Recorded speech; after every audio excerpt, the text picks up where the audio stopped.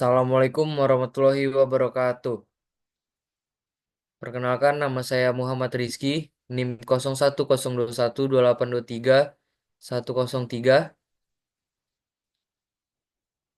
Pada kesempatan kali ini saya akan mereview jurnal untuk UTS di mata kuliah Ekonomi Regional, dosen pengampu Ibu Dwi Dharma Puspita. Baik untuk judul jurnal ini yaitu pendapatan asli daerah, transfer daerah, dan belanja modal. Pengaruhnya terhadap pertumbuhan ekonomi regional di Indonesia. Penulisnya yaitu Agus Sunarya Sulaiman dan Vivin Sylvia. Untuk penerbitnya, Politeknik Keuangan Negara Stan. Untuk tahunnya yaitu 2019. Masuk ke bagian pendahuluan, pertumbuhan ekonomi merupakan salah satu indikator utama dalam mengukur tingkat ekonomi suatu negara yang berkaitan erat dengan pembangunan nasional. Namun, pertumbuhan ekonomi Indonesia dalam 5 tahun terakhir belum mencapai target yang ditetapkan oleh APBN. Selain itu, terdapat ketimpangan pertumbuhan ekonomi antar wilayah, di mana Pulau Jawa dan Sumatera mendominasi kontribusi terhadap perekonomian nasional dibandingkan wilayah lainnya. Oleh karena itu, penelitian ini bertujuan untuk menganalisis pengaruh pendapatan asli daerah atau PAD, transfer daerah atau DAU, DBH, dan DAK, serta belanja modal terhadap pertumbuhan ekonomi regional di Indonesia.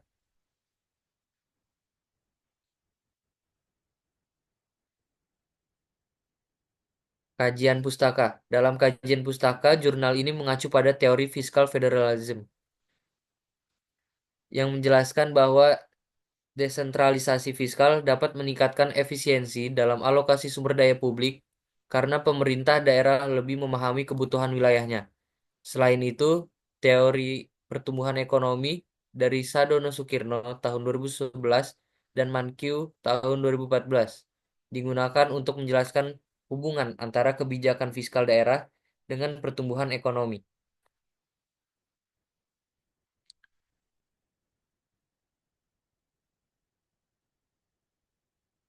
Masuk ke hipotesis penelitian. Jadi di hipotesis penelitian ini terdapat H1 yaitu PAD berpengaruh positif terhadap pertumbuhan ekonomi regional. Lalu H2 DAU berpengaruh positif terhadap pertumbuhan ekonomi regional. Lalu H3 DBH berpengaruh positif terhadap pertumbuhan ekonomi regional. Lalu H4 DAK berpengaruh positif terhadap pertumbuhan ekonomi regional dan H5 belanja modal berpengaruh positif terhadap pertumbuhan ekonomi regional. Masuk ke metode metode penelitian. Metode penelitian di sini menggunakan metode kuantitatif dengan analisis regresi data panel. Data yang digunakan adalah data PDRB atas dasar harga konstan untuk melihat pertumbuhan ekonomi, serta realisasi PAD, DAU, DBH, DAK, dan belanja modal dari tahun 2013 sampai 2017. Populasi penelitian mencakup 514 kabupaten atau kota di Indonesia dengan sampel sebanyak 470 kabupaten atau kota. Masuk ke hasil dan pembahasannya. Yang pertama, pendapatan asli daerah. Sumber pendapatan yang diperoleh daerah dari pajak daerah, restribusi daerah, hasil pengelolaan kekayaan daerah yang dipisahkan, dan pendapatan lain-lain yang sah. Lalu ke dana alokasi umum atau DAU. Transfer dari pemerintah pusat kepada daerah dengan tujuan pemerataan kapasitas fiskal antar daerah. Lalu yang ketiga yaitu dana bagi hasil atau DBH, dana yang dialokasikan kepada daerah berdasarkan persentase tertentu dari pendapatan negara, seperti pajak dan sumber daya alam. Yang keempat, dana alokasi khusus atau DAK, dana yang diberikan kepada daerah untuk membiayai kegiatan khusus yang merupakan urusan daerah dan sesuai dengan prioritas nasional.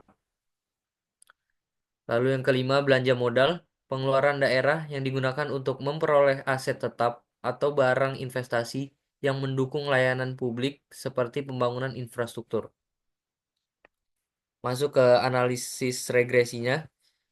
Jadi di PAB itu berpengaruh positif dan signifikan terhadap pertumbuhan ekonomi, dan juga DAU berpengaruh positif dan signifikan terhadap pertumbuhan ekonomi, dan juga DBH berpengaruh positif dan signifikan terhadap pertumbuhan ekonomi.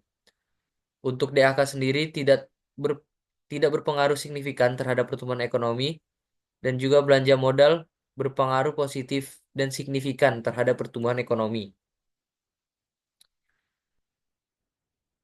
Untuk interpretasi hasilnya, yang pertama, hasil penelitian menunjukkan bahwa semakin tinggi PAD suatu daerah, semakin besar kontribusinya terhadap pertumbuhan ekonomi karena mengurangi ketergantungan fiskal terhadap pemerintah pusat.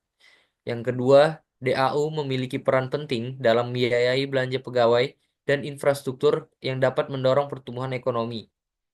Lalu yang ketiga, DBH sebagai sumber pembiayaan infrastruktur memberikan efek positif terhadap pertumbuhan ekonomi melalui peningkatan investasi dan penciptaan lapangan kerja.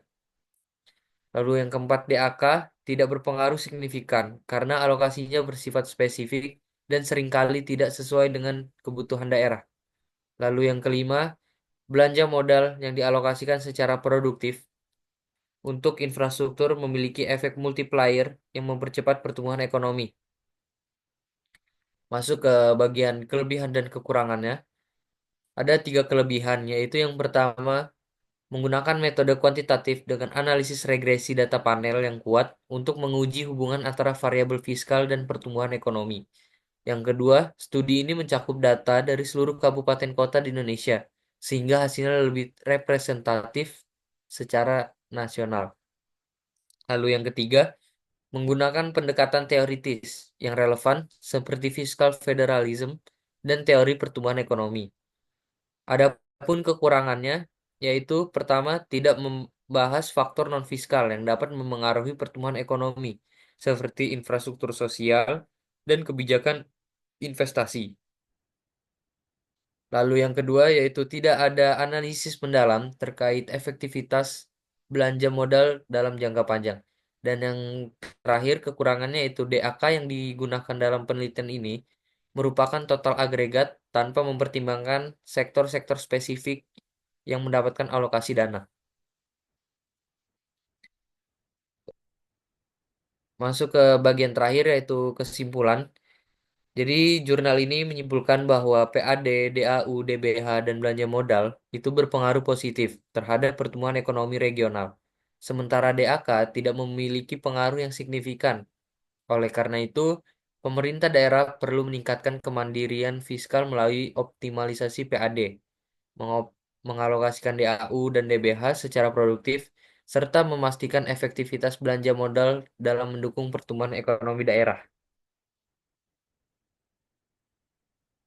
Baik, setelah saya tadi mereview jurnal, selanjutnya saya akan menjawab dua pertanyaan tambahan, yaitu pertanyaan pertama, teori mana yang paling relevan dengan kita sekarang?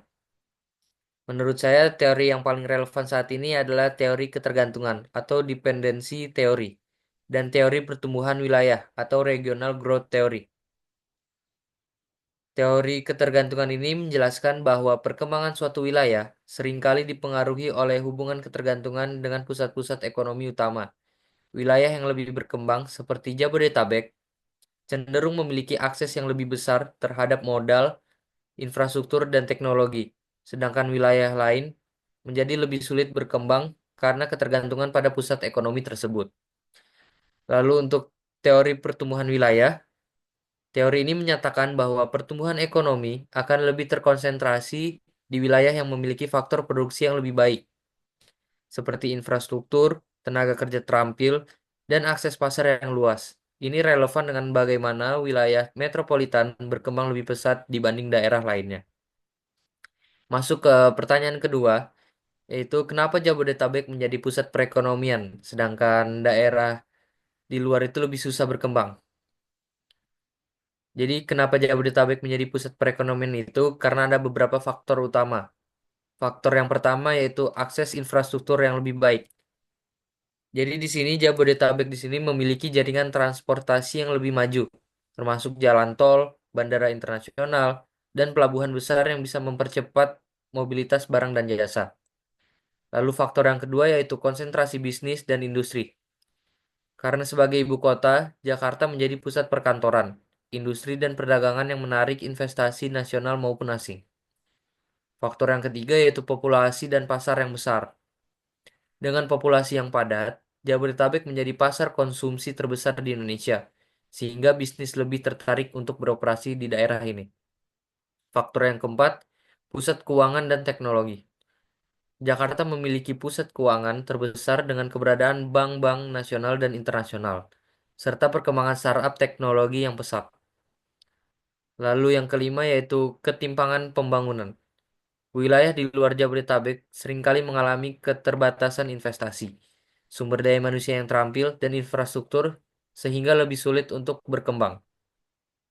Jadi untuk mengatasi ketimpangan ini, pemerintah telah mencoba mendorong pembangunan berbasis wilayah, seperti ibu kota baru di Kalimantan atau IKN, dan proyek infrastruktur di luar Jawa. Namun perubahan ini membutuhkan waktu dan kebijakan yang tepat agar pertumbuhan ekonomi lebih merata. Mungkin ini saja yang bisa saya sampaikan. Kurang lebihnya mohon maaf. Billahi taufik walhidayah. Wassalamualaikum warahmatullahi wabarakatuh.